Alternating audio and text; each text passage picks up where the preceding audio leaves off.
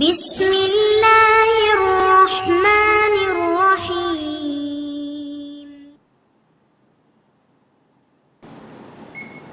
அஸ்ஸலாமு அலைக்கும் வரஹ்மத்துல்லாஹி வபரகாத்துஹு. அன்பிற்குரிய சகோதர சகோதரிகளே, நீங்களும் ஆலிம்களாகலாம் என்ற பாடத்தில் நேற்றைய தினம் புகாரி ஹதீஸுடைய 116வது ஹதீஸின் நேரடி பொருளை மட்டும் நம்ம பார்த்துருக்குறோம். என்ன பார்த்துருக்குறோம்னு கேட்டால், இந்த இரவில் இருந்து ரசூல் ஸல்லல்லாஹு அலைஹி வஸல்லம் இதை சொல்கிறாங்கல்ல, அந்த இரவில் இருந்து 100வது வருஷம் வரும் பொழுது இந்த இரவில் உலகத்தில் வாழ்ந்த ஒருவரும் பூமியில் மிஞ்ச மாட்டார்கள் அப்படின்னு ரசூலுல்லாஹ் சொல்கிறாங்க. அப்போ இதனுடைய என்னென்ன கருத்துக்கள் அதுக்குள்ளே அடங்கியிருக்கிறது, நேரடி அர்த்தத்தை நம்ம விளங்கிட்டாலும் இதில் என்னென்ன கருத்துக்களெல்லாம் அடங்கியிருக்கிறது என்றால், இப்போ நபிகள் நாயகத்துடைய உம்மத்துக்கே மொத்தமே 100 வயசு தான் அப்படின்னு அர்த்தம் எடுத்துடக்கூடாது. இப்போ ரசூல் ஸல்லல்லாஹு அலைஹி வஸல்லம் ஒரு 1ஆம் தேதி இதை சொன்னாங்கன்னு வச்சுக்கிறோம், பேச்சுக்கு புரிகிறதுக்காக வேண்டி. ஜனவரி 1ஆம் தேதி இதை சொன்னாங்க என்று வைத்து கொண்டால், ஜனவரி 2ஆம் தேதி ஒருத்தர் பிறப்பார்ல, அவர் 100 வருஷத்தில் மூத்தா போகிறன்னு சொல்ல முடியாது. அவர் 120 வருஷம் கூட இருக்கலாம், 50 வயசுல மூத்தா போகலாம். 100 ஆண்டுங்கிற லிமிட்டு யாருக்கு என்றால், அந்த ஜனவரி 1 அன்றைக்கு இந்த பூமியில் எவ்வளோ பேர் இருக்கிறாங்களோ அவ்வளோ பேரும் 100வது ஆண்டில் மூத்தாயிருவாங்க. ஜனவரி 1 90 வயசாக இருக்கான்னு வைங்க, ஒரு 10 வருஷம் மூத்தா போயிடுவார், அது பிரச்சனை இல்லை. ஜனவரி 1 ஒருத்தன் பிறக்கிறான்னு வைங்க, அப்படி பிறந்தால் கூட அவன் 100 வயசை கடந்து வாழக்கூடிய வாழ்நாள் கொடுக்கப்படாது. அதிகபட்சமாக ஜனவரி 1 பிறந்தவன் 50ல் மூத்தா போகலாம், 60ல் மூத்தா போகலாம், 70ல் மூத்தா போகலாம், 80ல் மூத்தா போகலாம், 90ல் மூத்தா போகலாம், 100ல் மூத்தா போகலாம், 101ல் மூத்தா போகலாம், 101 வரைக்கும் இருக்க மாட்டான். அப்போ அதிகபட்ச வாழ்நாள் இந்த தேதியில் வாழக்கூடியவங்களுக்கு அதிகபட்ச வாழ்நாள் இன்றையிலேருந்து 100வது ஆண்டு. 100 வருஷத்தில் டோட்டல் இன்றைக்கு இருந்த ஜெனரேஷன் அத்தனையும் காலியாயிருவாங்க அப்படிங்கிறது இதனுடைய ஒரு அர்த்தம். இந்த அர்த்தத்தின் படி பார்த்திங்கன்னா, இதில் இருந்து சில கூடுதல் விவரங்கள்லாம் நம்ம அறிந்து கொள்ள முடியும். உதாரணமாக, நம்ம தஜ்ஜால் என்று ஒருவன் இருப்பதாக நம்ம நம்புகிறோம். அதுக்கு நிறைய ஹதீஸுகள் ஆதாரமாக இருக்குது. அப்போ இந்த ஹதீஸ் படி பார்த்தீங்கன்னா, தஜ்ஜால் இருக்கிறானா, இனிமேல் பிறந்து வருவானா, தஜ்ஜால் என்பவன் ஆல்ரெடி இருந்துக்கிட்டு இருக்கிறானா அல்லது இனிமேல் தான் பிறந்து வருவானா அப்படின்னு சொன்னால், சில பேர் என்ன செய்கிறாங்கன்னு கேட்டால், ஏற்கனவே இருக்கிறான், ஒரு தீவுல அடைக்கப்பட்டிருக்கிறான்னு சொல்லி இந்த ஜஸ்ஸாசாண்டு ஒரு ஹதீஸ் வரும்ல, அந்த ஹதீஸ் அது இட்டுக்கட்டப்பட்ட ஹதீஸ்ன்னு சொல்லி தான் அறிஞர்கள்லாம் சொல்கிறாங்க. அந்த ஹதீஸின் அடிப்படையில் அவன் ஒரு இடத்துல சங்கிலியால் கட்டப்பட்டு இருக்கிறான் அப்படின்னு சில அறிஞர்கள் சொல்கிறாங்க. பல அறிஞர்கள் என்ன செய்கிறாங்கன்னு கேட்டால், அந்த அவன் வரக்கூடிய காலத்தில் அவன் பிறந்து தான் வருவான் அப்படின்ட்டு ஒரு சாரார் சொல்கிறாங்க. ஒரு பேச்சுக்கு அவன் இருக்கிறான்னு வச்சுக்கிடுவோம், இருக்கிறான்னு வச்சாலும் இந்த ஹதீஸ் பிரகாரம் அப்போ 100வது வருஷம் வரும்போது அன்னைக்கு இந்த ரசூலுல்லாஹ் சொல்லும்போது அவன் தஜ்ஜால் இருந்திருப்பான்ல, இந்த வாசகத்தை சொல்லும்போது தஜ்ஜால் இருக்கிறான்னு வைங்க, அப்படி இருந்தால் கூட 100வது வருஷம் வரும்போது அவன் செத்துருவான்னு ஆயிரும். 100 வருஷத்துக்கு மேலே இருக்க மாட்டாங்கன்னு வருது அப்படிங்கிறது. ஆனால் தஜ்ஜால் இறுதி காலத்தில் வருவான்ட்டு நம்ம நம்புறதுனால, அப்போ இந்த பூமியில் அவன் இருக்கலை, இன்னும் பிறக்கலை. தஜ்ஜால் பிறந்திருப்பானே ஆனால் அவன் 100 வருஷத்தில் மூத்தா போயிருப்பான். 100வது ஆண்டுக்கு பிறகு அவன் இருக்கவே மாட்டான்டாயிரும். அப்போவே 100 வருஷத்தில் இறந்துட்டான்னு சொன்னால் கடைசி காலத்தில் வருவான் என்பது பொய்யா போயிடும். அதனால் தஜ்ஜால் என்பவன் இனிதான் பிறப்பான், பிறந்து தான் வருவான் என்பதனால தான் அந்த இப்னு சையாதுன்ற ஒருத்தன் வரும்போது கூட அவனை தஜ்ஜால்லாம் சஹாபாக்கள் பேசிக்கிடுவாங்க. அப்போ ஒரு தாய் தந்தைக்கு பிறந்து வரக்கூடிய பிறகு ரசூல் அது இல்லைன்னு தெளிவுபடுத்திடுவாங்கன்னு வைங்க. இருந்தாலும் அப்போ உமர் நான் அவனை கொல்லட்டுமான்னு கேட்பார். அப்போ ரசூல் என்ன செய்வாங்க, அவன் தஜ்ஜாலாக இருந்தான்னு சொன்னால் அதுக்கு வேற ஆள் இருக்கார், ஈசா நபி தான் அவனை கொல்லுவார். அவன் தஜ்ஜாலை இல்லைன்னு சொன்னால் உனக்கு எதுக்கு அந்த வேலை அப்படின்னு ரசூலுல்லாஹ் சொல்லுவாங்க. அப்போ அதில் என்ன வழங்குது என்றால், தஜ்ஜால் என்பவன் எங்கேயோ பிறந்து ஒரு அடைக்கப்பட்டு அப்படி இருக்கிறான்ற கதைகள்லாம் இருக்குல்ல, அதெல்லாம் கிடையாது. ஒன்றுமே தான் என்ன செய்வான், கியாமத்து நாளுக்கு நெருக்கத்தில் அவன் பிறந்து வருவான் அப்படின்ற அந்த கருத்தை வச்சா தான் இந்த ஹதீஸ் படி மேசாகும். இந்த ஹதீஸ் என்ன சொல்லுது, இன்று இரவில் பூமியில் வாழக்கூடியவர்கள் யாரும் 100வது வருடம் வரும்போது இருக்க மாட்டார்கள். அப்போ இன்று இரவும் என்பதில் தஜ்ஜாலும் இருப்பானேயானார், அதிலேருந்து வந்துக்கிட்டு இருந்தால் கூட இன்று இரவுன்னு ரசூல்லா சொல்லும்போது தஜ்ஜாலும் இருக்கத்தானே செய்வான். இருந்தான் என்று சொன்னால் அவன் ரசூல்லா மௌத்தா இந்த தேதியிலேருந்து 100வது வருஷத்தில் அவன் செத்துருவான். அப்போ கியாமத் நாளில் வருவான்ங்கிற அம்புட்டும் பொய்யா போயிடும். அதனால் தஜ்ஜால் அங்கே அடைக்கப்பட்டிருக்கான் இங்கே அடைக்கப்பட்டிருக்கான்ங்கிற ஒரு விஷயமெல்லாம் அது ஒரு சரியான செய்தி இல்லை என்பதை இந்த ஹதீஸை வைத்து நம்ம சொல்லலாம். தஜ்ஜால் என்பவன் அன்றைக்கு இருந்திருப்பானேயானால் அன்றையிலேருந்து 100வது ஆண்டு செத்துருவான். கியாமத் நாளில் வருவான் என்பதாக்கும் தஜ்ஜாலை பற்றிய ஹதீஸுகள்லாம் சொல்லுகிறது. அப்படி இருக்கக்கூடிய நேரத்தில் அப்போ அவன் இருக்கலைன்னு அர்த்தம். இந்த இந்த ரசூலுல்லாஹ் இதை சொல்கிற நேரத்தில் அவன் பூமியில் இல்லை. அப்போ பூமியில் இருந்தால் இனிமேல் தான் பிறந்து வருவான்னு அர்த்தமாயிடுது.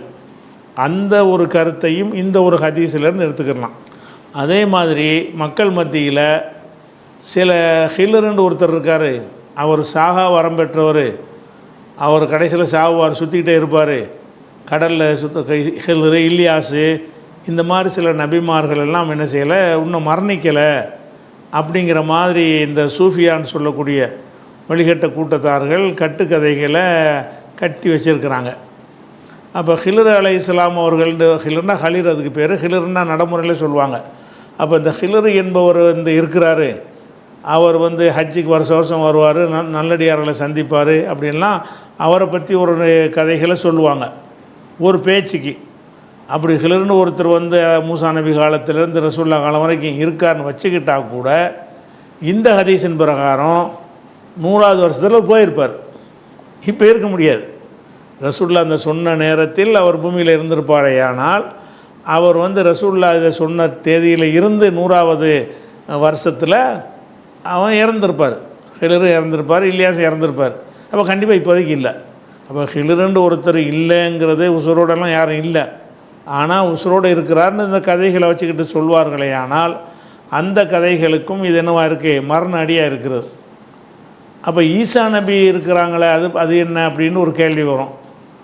இந்த வாசகத்தில் தெளிவாக இருக்குது, ஈசா நபிக்கு இது பொருந்தாதுன்னு. ஏன் பொருந்தாதுன்னு கேட்டால், லா எபுகா மிம்மன் ஹுவ அலா லஹ்ரில் அர்லி, இந்த பூமியின் மேற்பரப்பில் இருப்பவர்கள்னு வருது. அப்போ ஈசா பூமிக்கு மேற்பரப்பில் இருக்கார், அவர் வானத்தில் இருக்கிறார். வானத்தில் இருப்பவர் இறந்து போக மாட்டார் 100 வருஷத்தில்.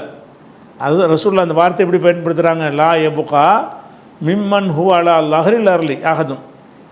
அப்போ இந்த பூமியில் உள்ள மேற்பரப்பில், பூமியுடைய மேற்பரப்பில் இருப்பவர்களில் யாரும் மிஞ்ச மாட்டார்கள் என்ற காரணத்தினால் ஈசா நபிக்கு இது பொருந்தாது. ஏன்னு கேட்டால் அவர் பூமியுடைய மேற்பரப்பில் இல்லை, அவர் வானத்தில் அல்லாஹ் உசத்தி கொண்டான் என்று இருக்கிறதுனால அவரை தவிர இந்த பூமியில் அவர் இருக்கார், இவர் இருக்கார், வாழ்ந்துக்கிட்டு இருக்கிறாரு, அந்த அவுலியா சாகாமல் இருக்கார், இந்த அவுலியா எப்படிலாம் சொன்னாங்களே, ஆனால் அது நபிமார்கள்லாம் சாகாமல் இருக்காங்கன்னு சொல்வார்களே, ஆனால் அது எல்லாத்தையுமே இந்த ஒரு ஹதீஸ் என்ன வாய்க்கிறேன், பொய் ஆக்கிறோம். அது ஒரு கூடுதலாக தெரிஞ்சுக்கிற ஒரு விஷயம். அடுத்து நம்ம 117வது ஹதீஸுக்கு போயிடலாம். ஹத்தசனா ஆதமு, நமக்கு ஆதம் அறிவித்தார். கால் அவர் சொன்னார், ஹத்தசனா ஷோபா, ஷோபா நமக்கு அறிவித்தார். கால் அவர் சொன்னார், ஹத்தசனல் ஹக்கமு, ஹக்கம் என்பவர் நமக்கு அறிவித்தார். கால் அவர் சொன்னார், சமியத்து சயீத் இப்னு ஜுபைரின், சயீத் இப்னு ஜுபைர் அவர்கள்ட்ட நான் செவியிட்டிருக்கிறேன். சமயத்துன்னா செவியிட்டிருக்கிறேன். சயீத் இப்னு ஜுபைரின், சயீத் இப்னு ஜுபைர் சொல்ல நான் கேட்டிருக்கிறேன் என்று ஹக்கம் சொல்கிறார். அந்த சயீத் இப்னு ஜுபைர் யார் வழியாக அறிவிக்கிறார்னு கேட்டால், அனிபுனி அப்பாஸின், இப்னு அப்பாஸ் வழியாக அவர் அறிவிக்கிறாரு. காலை இப்போ இப்னு அப்பாஸ் சொல்கிறார். இது வரைக்கும் சொன்னது இதான் ஹதீஸுடைய கண்டென்ட். காலை இப்னு அப்பாஸ் சொல்கிறாங்க, பித்து, பித்துன்னா பாத்த, பாத்த என்ற ஒரு சொல்லுடைய தன்னிலை ஒருமை தான் பித்து. அப்போ பாத்த, அதாவது பாத்த எபீத்துண்டு வருங்காலம் வந்துச்சுன்னு வைங்க, அப்படி வந்துச்சுன்னு தான் என்னவாயிரும்னா அந்த முதல் எழுத்து கசராயிரும். பாத்தா பாத்தா பாத்து பாத்தத்து பாத்தத்தா பித்துன பித்த பித்துமா பித்தும் அப்படி வந்துடணும். இந்த பான்னு இருக்குது, பாவுக்கு வருங்காலம் எபியூண்டு வருதுல்ல, எபியூண்டு வறுமையானால் அது சென்ற காலத்தில் வந்து பிணன்னு வந்துடும். அதாவது பா பா பாவு பாத்து பாத்தா பிண பிணவுலேருந்து பெத்து வரைக்கும் வந்துடும். அதே நேரத்தில் வந்து காலை எக்கூலுண்டு வருதுன்னு வைங்க, எக்கூலு வாவு வச்சு வருதுன்னு வைங்க வருங்காலம், அந்த சொல்லுக்கு என்ன செய்யணும்னா லம்மு வச்சு வாசிக்கணும். இப்போ இந்த காலன்னு இருக்குது, கால காலா காலம் காலத்து காலத்தா குள்னன்றுவோம், அந்த குள்னம்போம். காலவுக்கு சொல்லும் பொழுது குள்ன குள்த்த குள்த்துமான்னு அப்படி வந்துடும். அந்த முதல் எழுத்துக்கு லம்மு எப்போ செய்யணும், முதல் எழுத்து கசர் எப்போ செய்யணும்னு கேட்டால் அதனுடைய வருங்காலத்தை வச்சு நம்ம கண்டுபிடிச்சிக்கிடலாம். அதாவது கால எக்கூலு எக்கூலுன்னு வந்துருச்சு, எஃபூலுன்னு வந்துருச்சா, அப்போ அதனுடைய வந்து இந்த சென்ற காலத்தில் இந்த பெண்பால் பன்மை இருக்குல்ல, 5வது 6வது இடம், அந்த இடத்துல என்ன செய்யணும்னா லம்மு வச்சு சொல்லிடணும். கால காலா காலு காலத்து காலத்தா குள்ன. அதே நேரத்தில் வந்து பான்னு வந்துச்சுன்னு சொன்னால் பாவுக்கு வருங்காலம் எபீவு, எபீவுண்டு எஃபீலுண்டு வருதா, அப்போ என்ன செய்யணும் பாவு பாவு பாத்து பாத்தா பின்னு சொல்லணும். அது மாதிரி பாத்த என்றால் அதனுடைய வருங்காலம் எபீத்து. அப்போ எபீத்துன்னு சொன்னால் போது என்ன செய்யணும் பித்துனண்டு தான் வரணும். அப்போ பாத்த என்றால் என்ன அர்த்தம்னு சொன்னால் இரவு தங்கினான், ஒரு இடத்துல போய் ராத்திரியில் ஒருத்தர் தங்கினார்னு சொன்னால் பாத்த பாத்த ஜெய்துன் ஜெய்து தங்கினான் ஃபி பைத்தி வீட்டில் இரவில் தங்கினான், ராத்திரியில் தங்குறதுக்கு பேர் பாத்த.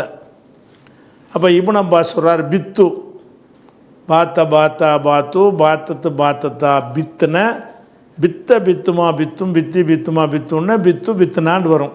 அப்போ பித்து என்று சொல்வது வந்து சென்றகால வினையில் தன்னிலையில் ஆண்பால் ஒருமை, ஆண்பால் பெண்பால்லாம் கிடையாது, தன்னிலையில் ரெண்டுக்கு பொதுவு தான், சரியா. அப்போ பித்து நான் இரவில் தங்கினேன். எங்கே தங்கினேன் என்று கேட்டால் ஃபி பைத்தி ஹாலத்தி, என்னுடைய சின்னம்மா, ஹாலத்துனா சின்னம்மா பெரியம்மா ரெண்டு பேருக்கும் உள்ளது. ஹாலத்து என்றால் அம்மாவோடு பிறந்தவர்னு அர்த்தம். அரபியில் வந்து பெரியம்மா சின்னம்மாவுன்னு தனி சொல்லு கிடையாதுங்க, அம்மாவோட பிறந்தவர்னு தான் சொல்லுவாங்க. அது பெரியவராக இருந்தாலும் சரி சின்னவராக இருந்தாலும் சரி, அது வந்து ஹாலத்துமாங்க. ஹாலத்துன்னு என்னதுன்னா அம்மாவின் சகோதரி, நம்ம சின்னம்மா பெரியம்மா ரெண்டுக்கும் பொருந்தும், நம்ம சின்னம்மான்னு புரிஞ்சுக்கிறதுக்காக வச்சுக்கிடுவோம். பித்து ஃபி பைத்தி ஹாலத்தி, எனது சின்னம்மாவுடைய வீட்டில் நான் வந்து இரவு தங்கினேன். சின்னம்மா யாருன்னா மைமூனா, ஹாலத்தி மைமூனா பின்தில் ஹாரிஸ், ஹாரிஸுடைய மகளாகிய மைமூனாவுடைய என் சின்னம்மாவாகிய மைமூனா வீட்டில் தங்கினேன். இந்த மைமூனா யாருன்னு கேட்டால் ஜவுஜின் நபி ஸல்லல்லாஹு அலைஹி வஸல்லம், ரசூலுல்லாஹ்வுடைய மனைவி வேற. அப்போ இப்னு அப்பாஸுடைய சின்னம்மாவை ரசூலுல்லாஹ் கல்யாணம் பண்ணியிருக்கிறாங்க. இப்னு அப்பாஸ், இந்த மைமூனாவுடைய சகோதரி தான் இப்னு அப்பாஸுக்கு அம்மா. அவர் என்ன சொல்கிறாருன்னா பித்து ஃபி பைத்தி ஹாலத்தி, என் சின்னம்மா வீட்டில் நான் இரவு தங்கினேன். ஹாலத்தி மைமூனா, என் சின்னம்மா மைமூனா வீட்டில் நான் தங்கினேன். மைமூனாண்டா யாருன்னு கேட்டால் பின்தில் ஹாரிஸு, ஹாரிஸுடைய மகள், ஜவுஜின் நபி ஸல்லல்லாஹு அலைஹி வஸல்லம் நபியுடைய மனைவி. அப்போ ரசூலுல்லாஹ் வீட்டில் தான் தங்குறார். இப்னு அப்பாஸ் போய் மைமூனா வீட்டில் சின்னம்மா தானன்னு சின்னம்மா வீட்டுக்கு போகிறாரு. அன்னைக்கு ரசூலுல்லாஹ் அங்கே தங்கின நாள். அப்போ ரசூலுல்லாஹ்வுடைய மனைவியாகிய மைமூனாவிடத்தில் நான் வந்து இரவில் தங்கினேன். ஓ கானன் நபியு ஸல்லல்லாஹு அலைஹி வஸல்லம், ரசூல் ஸல்லல்லாஹு அலைஹி வஸல்லம் அவர்கள் காண இருந்தார்கள், இந்தஹா அவரிடத்தில் இருந்தார்கள். ஒவ்வொரு நாளைக்கு ஒரு மனைவி வீட்டுக்கு போவாங்கள்ல, அன்னைக்கு வந்து மைமூனா வீட்டில் இருக்கக்கூடிய ஒரு முறை. அப்போ கானன் நபியு ஸல்லல்லாஹு அலைஹி வஸல்லம் இந்தஹா ஃபி லைலத்திஹா, லைலத்துனா இரவு, ஹான்னா அந்த மைமுனா, மைமுனாவுக்குரிய இரவில், ஃபி லைலத்திஹான்னு சொன்னால் மைமுனாவுக்குரிய இரவில் அவரிடத்தில் ரசூலுல்லாஹ் வந்து இருந்தார்கள். இப்போ ரசூலுல்லாஹ் வந்து மைமுனா வீட்டில் வந்திருக்கிறாங்க. ஒவ்வொரு நாளைக்கு ஒரு மனைவி வீட்டில் வர்ற முறை பிரகாரம் அன்னைக்கு மைமுனா வீட்டுக்கு வர வேண்டிய இரவு அது. அப்போ கானன் நபி ஸல்லல்லாஹு அலைஹி வஸல்லம் இந்தஹா, நபி ஸல்லல்லாஹு அலைஹி வஸல்லம் அவர்கள் அவருடைய மைமுனாவிடத்தில் தங்கியிருந்தார்கள். ஃபி லைலத்திஹா அவருக்குரிய இரவிலே. லைலத்துக்கான மைமுனாவுக்குரிய இரவில். இப்போ ராத்திரியில் போய் இவர் தங்குறாரு, மைமுனா இருக்கிறாங்க, ரசூல்லா இருக்கிறாங்க, இவர் போய் தங்குறார். சின்னமாக தானே அது பஞ்சாயத்தில். அப்போ சல்லன் நபி ஸல்லல்லாஹு அலைஹி வஸல்லம் இஷா, ரசூல் ஸல்லல்லாஹு அலைஹி வஸல்லம் அவர்கள் இஷாவை தொழுதார்கள். இஷாவை தொழுதார்கள்னாலேயே என்ன செய்கிறாங்கன்னா பள்ளிவாசலில் தொழுதாருன்னு அர்த்தம். ஏன்னா அவங்க தனியாக இஷா தொழ மாட்டாங்கல்ல, மக்களுக்கெல்லாம் தொழு வைக்கணும்ல. அப்போ சல்லன் நபி ஸல்லல்லாஹு அலைஹி வஸல்லம் இஷா, ரசூல் ஸல்லல்லாஹு அலைஹி வஸல்லம் அவர்கள் இஷாவை தொழுதார்கள். அதாவது ஃபில் மஸ்ஜிதுன்னு வச்சுக்கணும். பள்ளிவாசலில் போய் இந்த வீட்டில் தங்கி இருக்கும் பொழுது பள்ளிவாசலுக்கு இஷாவுக்கு வந்த உடனே இஷாவை போய் தொழுவிக்கிறாங்க. தொழுவிச்சுட்டு சும்மஜா இலா மன்சிலிஹி, பிறகு தனது வீட்டிற்கு வந்தார்கள். மன்சில் என்றால் வீடு, தங்குமிடம். நசல என்றால் தங்கினான், மன்சில் என்றால் தங்குமிடம், வீடுன்னு அர்த்தம். சும்மஜா இலா மன்சிலிஹி, பிறகு ரசூல் ஸல்லல்லாஹு அலைஹி வஸல்லம் அவர்கள் தன்னுடைய மன்சிலுக்கு, தன்னுடைய வீட்டிற்கு வந்தார்கள். இஷா தொழுதுட்டு வீட்டுக்கு வர்றாங்க. வந்து ஃபசல்லா அர்பா ரக்காத்தின், வீட்டுக்கு வந்து ஒரு 4 ரக்காத் தொழுகிறாங்க. இஷா அங்கே தொழுது முடிச்சுட்டு வீட்டுக்கு வந்தாங்க. வந்து ஃபசல்லா அர்பா ரக்காத்தின், 4 ரக்காத்துகளை தொழுதார்கள். தொழுது விட்டு சும்மா நாம, பிறகு உறங்கி விட்டார்கள். இஷா தொழுதாங்க, 4 ரக்காத் தொழுதாங்க, பிறகு உறங்கி விட்டார்கள். இப்போ ராத்திரி சாப்பிட்லான்னா அதெல்லாம் முன்னாடியே சாப்பிட்ருவாங்க. இஷா மாலை உணவு தானே, இஷாவுக்கு முந்தையே சாப்பிட்ருவாங்க. இரவு சாப்பாட்டெல்லாம் என்ன இருக்கேன், 2 வேளை சாப்பாடு தான் சாப்பிடுவாங்க. ஒன்று காலை உணவு, இன்னொரு மாலை உணவு. மாலை உணவு மகரிப் டயத்தில் சாப்பிட்றது, மகரிப் நெருக்கமாக. இப்போ சல்லா அர்பா ரக்காத்தின், 4 ரக்காத்துகளை தொழுது விட்டு சும்மா நாம, பிறகு தூங்கி விட்டார்கள். தூங்கிவிட்டு சும்மா காம, பிறகு எழுந்தார்கள். கொஞ்ச நேரம் தூங்கிட்டு முடிக்கிறாங்க. முடிச்சுட்டு சும்மா கால, பிறகு சொன்னார்கள் நாமல் உழையுமோ, அதாவது குலாம் என்றால் சிறுவன். அந்த குலாமுக்கு வந்து அரபு மொழியில் தஸ்கீர்னு ஒன்று இருக்குது. தஸ்கீர் ஏற்கனவே பாடம் நடத்தியிருக்கணும். தஸ்கீர்னு சொல்லியே உங்களுக்கு அந்த பிடிஎஃப்பில் அனுப்பியிருப்போம், கிராமர் பாடம் அனுப்பியிருக்கோம்ல. அதில் வந்து தஸ்கீர்னா என்னங்கிறதுக்கு உரிய சட்டங்கள்லாம் உங்களுக்கு பிடிஎஃப்பில் அனுப்பியிருக்கிறோம், பார்த்துருப்பீங்க.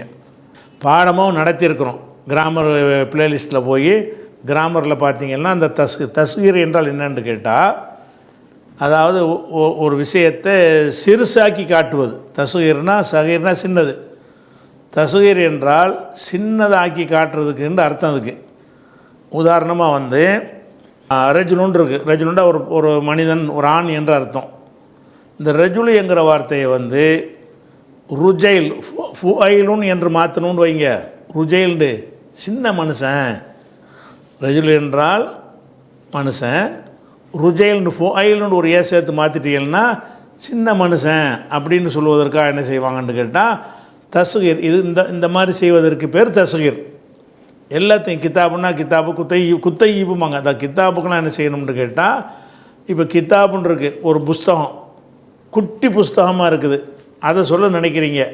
அது எப்படி சொல்லணும்னு கேட்டால், கித்தாண்டு அங்கே ஒரு அலிஃப் இருக்குல்ல, அப்படி இருக்கிறதுனால அந்த அலிஃபை வந்து ஏயா மாற்றி குத்தையிப்புன்னு சொல்லணும். எப்படி சொல்லணும், குத்தையிப்புன்னா வந்து சின்ன புஸ்தகம் அப்படின்னு ஒரு அர்த்தமாயிரும். இதே மாதிரி வந்து ஒவ்வொரு சொல்லும் என்ன செய்யலாம், களம்டா பேனா, குலையும்னு சொன்னீங்கன்னா சின்ன பேனா. இதே மாதிரி என்ன செய்யறனா சுலைம்னா இருக்கல, சலீம்னா வந்து பாதுகாப்பானவன், சுலைம் என்றால் குட்டி பையன், பாதுகாப்பானவன் சின்ன பையன் அர்த்தம். அப்போ சின்னதுன்னு காட்டுவதற்காக வேண்டி உள்ளதுக்கு பேர் தான் தஸ்கீர். இந்த குலாம் என்பதனுடைய தஸ்கீர் வந்து உலையும். குலாம்னா சிறுவன், குலாம்னாலே சிறுவன். உலையும்னா அதுலேயும் சிறுவன், வணங்குதா, சின்ன பொடியன்ற அர்த்தம். அப்போ ரசூலுல்லாஹ் என்ன செய்கிறாங்கன்னா, இப்னு அப்பாஸை தான் அப்படி சொல்கிறாங்க. என்ன அந்த பொடியன் தூங்கிட்டானான்னு கேட்குறாங்க. ரசூலுல்லாஹ் என்ன செய்கிறாங்கன்னா 4 ரக்காத் தொழுகிறாங்க, அப்புறம் தூங்குறாங்க, அப்புறம் எந்திரிக்கிறாங்க. எந்திரிச்ச பிறகு சும்மா கால, பிறகு சொன்னார்கள் நாமல் உழையுமோ. நாமன்னு சொன்னால் அங்கே ஒரு கேள்விக்குறி வச்சுக்கிறணும். நாம ஒரு அலிஃப் ஒன்று போட்டுக்கிறணும். அது மறைஞ்சு நிற்கி அந்த சொல்கிற தோரணையில் இந்த கேள்வி வந்துடும். நாமல் உழையுமோ, அந்த சின்னவன் தூங்கிட்டானா. குலாம்னா சிறுவன், உழையும்னா ரொம்ப சின்னவன், சின்ன பையன் வச்சுக்கிறீங்களேன். சின்ன பையன் வந்து தூங்கி விட்டானா என்று ரசூலுல்லாஹ் கேட்டார்கள். இந்த வார்த்தை இதைத்தான் கேட்டாங்களா அல்லது இந்த கருத்துப்பட வேறு வார்த்தை சொன்னாங்களான்னு ஒரு டவுட்டாக இருக்குது. அவு கலிமத்தன் அல்லது ஒரு வார்த்தை அல்லதுன்னு போட்டால் என்ன அர்த்தம், நாமல் குலையுமுண்டு சொன்னார்களா அல்லது அது மாதிரி வேறு வார்த்தையை சொன்னார்களான்னு அவருக்கே டவுட்டாக இருக்குது இப்னு அப்பாஸுக்கு.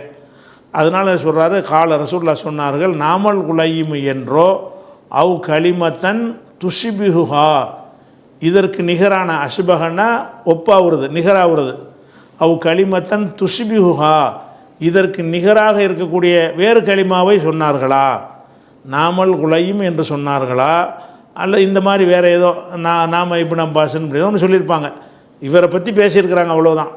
அப்போ நாமல் குலையும் என்றோ அல்லது அவ் கலிமத்தன் துஷ்பிஹுஹா அல்லது இதற்கு நிகராக இருக்கக்கூடிய ஒரு கலிமாவையோ சொன்னார்கள்.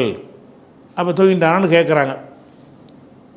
கேட்டுவிட்டு என்ன செய்கிறாங்கன்னு கேட்டால் பதில் வரல, தூங்கிட்டார் என்றும் சொல்லலை, தூங்கலைன்னு பதில் காணாம், மைமூனாவை சொல்ல காணாம்.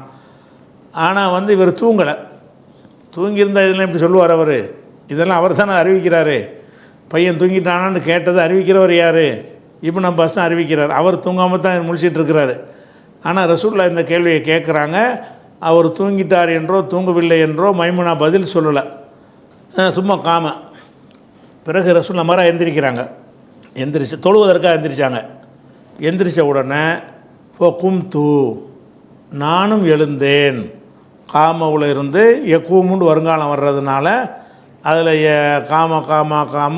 காமத்தா கும்னு வந்துடும். கும்து, நான் நின்றேன். அன் யசாரிஹி, அவர்களின் இடப்புறம், யசார்னா இடதுகை, யமீன் என்றால் வலதுகை, இடதுகைக்கு ஷிமால்னு ஒரு வார்த்தையும் இருக்கிறது, யசாருங்கிற வார்த்தையும் இருக்கிறது.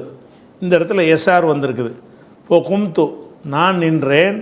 அன் யசாரின் நபி, யசாரிஹின்னா யசாரின் நபி, நபியுடைய இடது புறமாக, இடது பக்கம் வந்து நின்றுக்கிறார். ரசூலுல்லாஹ் போய் தொழுகிறாங்க. இவர் என்ன செய்கிறாரு, நம்மளும் போய் சேர்ந்து தொழுவுமே நினச்சிக்கிட்டு இடது பக்கம் வந்து நின்றுக்கிட்டார். நின்ற உடனே ஃபஜஅலனி, என்னை ரசூலுல்லாஹ் ஆக்கினார்கள். அன் யமீனிஹி, அவங்களுடைய வலது புறத்தில் ஆக்கினார்கள். இடது பக்கம் நிற்கிறார்ல, இப்படி இழுத்துக்கிட்டு வந்து இப்படி நிப்பாட்டிக்கிட்டாங்க. அதான் ஒரு ஆள் நிற்கும்போது இன்னொரு ஆள் சேர்வதாக இருந்தால் அந்த இன்னொரு ஆள் வலது பக்கம் தான் நிற்கணுன்ற சட்டம் இதிலேருந்து நம்ம எடுக்கிறாங்க அறிஞர்கள்லாம். ஏன்னா அவர் இடது பக்கம் நின்றுட்டு போகட்டுமேன்னு ரசூலுல்லாஹ் என்ன செய்யலை, பார்க்கல.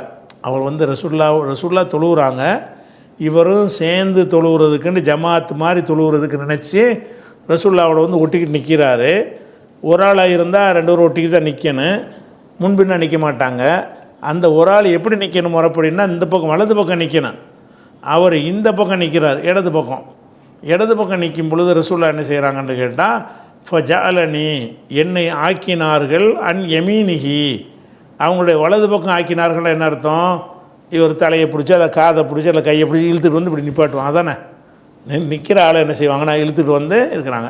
இப்போ தொழுகைக்குள்ளே உள்ள ஒரு விஷயமா இருக்கிறதுனால இப்படி நிப்பாட்டாங்க. அப்போ இதில் நம்ம என்ன வழங்குறோன்னு கேட்டால், ஒருத்தர் தனியாக தொழுவும்போது நம்மளும் போய் சேருவதாக இருந்தால் அவருடைய வலது பக்கம் நம்ம நிற்கணும். ஜமாத்தா ஒரு ஆளாக இருக்கு, ரெண்டு பேருன்றதை முன்பின்னாயிருவாங்க. ஒரு ஆள் போய் நிற்கிறதா இருந்தால் அவருடைய வலது பக்கத்தில் நிற்கணும் என்பது இதிலிருந்து ஒரு சட்டமாக நம்ம விளங்கிக் கொள்கிறோம். வலது பக்கம் போய் நின்றுட்டாரா, அது மாத்திரம் இல்லாமல் ஒரு சுன்னத்தான தொழுகைகளை ஜமாத்தாவும் தொழலாம்ங்கிறது இதிலேருந்து இங்கே எடுக்கலாம். ஏன்னா ரசூலுல்லாஹ் இரவு தொழுகை ஃபர்லான தொழுகை கிடையாது. அவங்க தனியாக இவரை கூப்பிட்டு சேர்த்துக்கிறணும்னு நினச்சி அவங்க தொழுவலை, அவங்களா தான் தொழுகிறாங்க. இவரை தம்பி சேர்ந்துக்கிறாரு. அப்போ ஒரு ஜமாத் தொழுகையை இப்போ இவராக வந்து சேர்ந்தும்போது காதை பிடிச்சி இழுத்து இந்த பக்கம் வச்சாங்கல்ல, அதுக்கு பதிலாக பின்னாடி தள்ளி விட்ருக்கலாம், நீ இந்த ஜமாத்தில் சேராதண்டு. அப்போ அவர் வந்து சேர்ந்தவுடனே அவர் ஜமாத்தில் சேர்ந்தாருன்னு அர்த்தம். ஒரு ஆளோட இன்னொரு ஆள் சேர்ந்துறால ஜமாத்து வந்துடும்ல. அப்படி ஜமாத்தோடு தொழுகிறதுக்கு வந்து கூடும்னா இதை ஒரு ஆதாரமாக காட்டலாம். இரவு தொழுகையை வந்து ஒரு ஜமாத்தாக தொழலாமா என்று ஒருத்தர் கேட்டார்னா தாராளமாக விரும்பினா தொழுவலாம். தனியாகவும் தொழுதுக்கலாம், ஜமாத்தாகவும் தொழுவலாம். ஏன்னு கேட்டால் அவர் தனியாக தான் போகிறாங்கிற சொல்லா, இவர் போய் சேர்ந்தவுடனே அக்செப்ட் பண்ணிக்கிட்டாங்க. வலது பக்கம் நிற்க சொன்னாங்களே தவிர அந்த ஜமாத்தை அக்செப்ட் பண்ணிக்கிட்டாங்க. அதுபோக தொழுகை ஆரம்பிக்கும் போதே ஜமாத்தா தொழுகிறேங்கிற ஒரு எண்ணம் இருக்கணும்னு அவசியம் கிடையாது. ஏன்னா ரசூல்லா வந்து இவர் வந்து சேருவார்னு நினச்சலாம் பார்க்கல. அவங்களுக்காக தான் தொழுதாங்க. இவராக தான் போய் சேர்ந்துக்கிறார். இவ்வளவு சட்டம் இந்த ஒரு வாசகத்திலேருந்து நம்ம எடுக்க முடியும். சரி, இப்போ ஜாலனே அன் யமீனிஹி, ரசூல்லா வந்து என்னை வந்து அவங்களுடைய வலதுபுறமாக ஆக்கினார்கள். ஆக்கிவிட்டு சல்லா ஹம்ச ரக்காத்தின், முதல்ல இஷா தொழுதுட்டு வந்துட்டாங்களா, அப்புறம் வந்து 4 தொழுதாங்க. இப்போ ஒரு 5 தொழுகிறாங்க. சல்லா அர்பா, முதல்ல தொழுத 4 தொழுதுட்டு ஒரு தூக்கம், எந்திரிச்சு என்ன செய்கிறாங்கன்னா இன்னொரு 5 தொழுகிறாங்க. ஃபொசல்லா ஹம்ச ரக்காத்தின், பிறகு 5 ரக்காத் தொழுதார்கள். அப்போ 4 5 9. அப்புறம் சும்மா செல்லா ரக்காத்தைனி, பிறகு 2 ரக்காத் தொழுதார்கள். இந்த பிறகு 2 ரக்காத் தொழுதார்கள்ன்றதில் இது எப்போ தொழுகிறாங்கன்னு கேட்டால், இது வந்து ஃபஜ்ருக்கு முன் சுன்னத்து இருக்குல்ல, அதைத்தான் தொழுகிறாங்க. ஏன்னு கேட்டால், நம்ம கடைசியாக தான் வித்திரு தொழுகை தொழணும்னு ரசூலுல்லாஹ் நமக்கு கட்டளை இட்டாங்க. இஜாலு ஆகிர சலாத்திக்கும் பிள்ளையில் வித்திரா, இரவில் கடைசி தொழுகையாக வித்திரை ஆக்கி கொள்ளுங்கள். அப்போ 5 தான் வித்திரு. 5 3 உண்டாலும் வித்திரு தான், 1 உண்டாலும் வித்திரு தான், 5 நாளும் வித்திரு தான். ஒரு 4 தொழுது விட்டாங்களா, அடுத்து என்ன செய்கிறாங்கன்னு கேட்டால், ஒரு 5 ரக்காத்தை தொழுது 5 நாள் 9 முடிக்க பார்க்குறாங்க. முதல்ல ஒரு 4 தொழுதுட்டோம், ஒரு 5 வித்திரு தொழுதோம்னா 5 நாள் 9 ஆயிரும். ஆனால் கடைசியாக தானே வித்திரை தொழுவணும். அப்போ இரவில் கடைசியாக வந்து வித்திரை தொழுதுட்டாங்க. வித்திருக்கு பிறகு தொழுவலாமா? தொழ மாட்டாங்க, தொழக்கூடாது. ஆனால் இங்கே என்ன வருதுன்னு கேட்டால், சும்மா செல்லா ரக்காத்தைனி, பிறகு 2 ரக்காத் தொழுதார்கள் வருது. அது எப்போ தொழுகிறாங்கன்னா, ஃபஜருக்கு பாங்கெலாம் சொன்ன பிறகு தான் தொழுதுருக்குறாங்க. அது எங்கேருந்து விளங்குதுன்னா, இந்த ஹதீஸில் இருந்தே விளங்கும். எப்படி விளங்கும்னு கேட்டால், சும்மா நாம, பிறகு தூங்கினார்கள், ஹத்தா சமயத்து கத்தீத்தஹு, கத்தீத்துன்றாலும் ஹத்தீத்துன்றாலும் சொல்லி ரெண்டுக்குமே வந்து கொரட்டைன்ற அர்த்தம். ஹத்தா சமயத்து, நான் செவியுறும் அளவுக்கு தூங்கினார்கள். எதை செவியுறுகிறேன்? கத்தீத்தஹு அவ் ஹத்தீத்தஹு. இப்னு அப்பாஸ் இதை சொன்னாரா அதை சொன்னாரான்னு சந்தேகம். ரெண்டுக்கும் அர்த்தம் ஒன்று தான். சும்மா சத்தா சமயத்து கத்தீத்தஹு, அவங்களுடைய குரட்டை சத்தத்தை நாம் கேட்கும் அளவுக்கு தூங்கினார்கள். தூங்கிவிட்டு சும்மா ஹரஜ இல சலாத்தி, பிறகு சுபு தொழுகைக்கு புறப்பட்டு போய்விட்டார்கள். இல சலாத்தினா இலா சலாத்தில் ஃபஜ்ரி, ஃபஜர் தொழுகைக்காக வேண்டி ஹரஜ புறப்பட்டார்கள் இருக்கு. ஃபஜருக்கு போனாங்கன்னு கேட்டால், ஃபஜருடைய முன் சுன்ன தொழுணும்ல. அப்போ இது பாங்கு சொன்ன பிறகு தான் அந்த 2 ரக்காத் தொழுதுருக்காங்கன்னு நம்ம விளங்க முடியுது. ஏன்னா ஃபஜருக்குன்ற ஒரு முன் சுன்னத்து ஒன்று இருக்குது. ஃபஜருக்கு காம சொல்லிட்டாங்கன்னு ஃபஜருக்கு போயிட்டாங்கன்னு சொன்னால், அந்த 2 ரக்காத் எப்போ தொழுதாங்கன்னு நம்ம விளங்குறோம். ஃபஜருடைய பாங்குக்கு பிந்தி தான் அந்த 2 ரக்காத் தொழுதுருக்குறாங்க. அந்த முடிவை வந்து 2 அடிப்படையில் நம்ம எடுக்கிறோம். ஒன்று என்னன்னு கேட்டால், வித்திரை தான் கடைசி ஆக்கணும்னு இருக்குது. அப்போ இரவு தொழுகையில் வித்திரை முடிச்சு விட்டாங்க. அந்த 2 ரக்காத்து சுபஹ் டயத்தில் தொழுகிறாங்க. அது இரவு தொழுகையில் வராது. அப்போ சுபஹுடைய முன் சுன்னத்து தான் தொழுதுருக்குறாங்க. இப்போ 2 ரக்காத் தொழுதாங்கன்ற வருதில், அந்த 2 ரக்காத்து வந்து சுபஹுடைய முன் சுன்னத்து தான். ஏன் அப்படி எடுக்கிறோம்? வித்திரு தான் கடைசி. இரவு தொழுகைன்னா வித்தரோடு முடிச்சுக்கிடணும். 5 ரக்காத்தோட வித்திரு முடிந்து விட்டது. அப்போ இன்னும் கொஞ்சம் நேரம் விட்டு ஃபஜருக்கு பாங்கு சொன்ன உடனே ஃபஜருடைய முன் சுன்னத்தை தொழுது விட்டு தூங்கிடுறாங்க. முன் சுன்ன தொழுது தூங்குறாங்க. அப்படிங்கிறதுனால இது வந்து பாங்குக்கு பிறகு இந்த 2 ரக்காத்து என்று தான் இது எடுத்துக்கொள்ளணும். ஒன்று. 2வது காரணம் என்னென்னு கேட்டால், ஃபஜருக்கு முன் சுன்னத்து தொழுவலேண்டு வர இதில் வருதில்ல, தூங்கிட்டாங்க, இப்போ உடனே ஃபஜர் துளை கிளம்பி போயிட்டாங்கன்னு வருது. நல்லா கொரட்டை விட்றாங்க. அங்கே இக்காமத் சொல்கிற டைம் வந்தோடனே கிளம்பி ஃபஜர் துளைக்கு போயிட்டாங்க. அப்போ ஃபஜர் தொழுகைக்கு போயிட்டாங்கன்னா அதனுடைய முன் சுன்னத்தை ரசூலுல்லாஹ் விட மாட்டாங்களே. அப்போ இதுதான் முன் சுன்னத்து. அப்போ ரசூலுல்லாஹ் வந்து இந்த இரவில் தொழுதது என்னென்னு கேட்டால், இஷா, அப்புறம் 4, அப்புறம் 5, அப்புறம் சுபுடைய முன் சுன்னத்து 2, அப்புறம் சுபு தொழுகை என்கிற வகையில் இது வருகிறது. இதுதான் அதில் உள்ள விஷயம். சரியா? அப்போ இது வந்து ஹதீஸில் வந்து தொழுகையுடைய விஷயம் இருக்குது. ஆனால் இதில் இரவில் வந்து ஒரு பயான் பண்ணாங்கலாம் வரல. இரவில் கல்வி சம்பந்தமாக போதிக்கிறதுங்கிற பாடம் தானே. இதில் பெரிய ஒன்றுமே நடக்கலை. என்ன நடந்திருக்குன்னு கேட்டால், இடது பக்கம் நின்றால பிடிச்சி வலது பக்கம் நிப்பாட்டி, அது ஒரு மார்க்க விஷயம் தானே. இரவு நேரத்தில் அந்த கல்வியை கற்றுக் கொடுத்தலுங்கிறதுக்கு ஆதாரமாக காட்டுறாரு. இது அப்படி விளங்குற மாதிரி விஷயம் இல்லை. ஒரு பயான்லாம் ஒரு பண்ணலை ரசூலுல்லாஹ். இருந்தாலும் அந்த தலைப்பில் இந்த ஹதீஸ் நினைஞ்சிருக்காரு, அவர் கொண்டு வந்திருக்கிறார். அடுத்தது இது 117 வரைக்கும் முடிச்சிட்டோமா. நம்ம 118வது ஹதீஸுக்கு ஒரு தலைப்பு போடுறாரு. அந்த தலைப்பின் கீழே 118 ஹதீஸை கொண்டு வர்றாரு. அந்த விஷயத்தை இன்ஷா அல்லாஹ் நம்ம அதை நாளைக்கு அடுத்த வாரத்துக்கு பார்க்கலாம்.